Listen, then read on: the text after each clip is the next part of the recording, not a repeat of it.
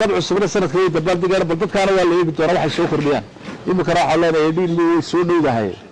حافظوا اللي ودك مريض كنت دبال دكتو وحاين الصوف وتصارتي يدين لي مالك هروان كهذا الله وحنا نادر عالم كله ينقصون تي يخوى الحمد على ينقد بايو قرن ما دمر هلا قصوا تجتسدوا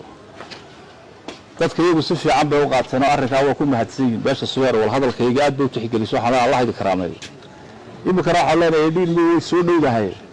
حافظوا اللي ودك مريض كنت دبال دكتو ما دام ينام بوق iyo wareer iyo hadal qaadi karo waxa leena xaafadaha magaalada dadku ha ku dabaal degaano halka xaafadaha hal isaga dabaal dego xaafadu li halka ku dabaal dego joog tahay haday koob buurtay haday gacan libaax tahay haday axmed dhagax tahay haday tahay ay tahay gacmo dheere kuwa sida kamay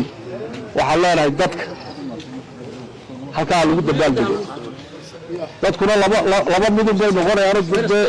awal bas Soomaaliland dabaal degay dabcu sabra sanadkii dabaal degay bal dadkaana waa la yeegi doonaa waxay soo kordhiyaan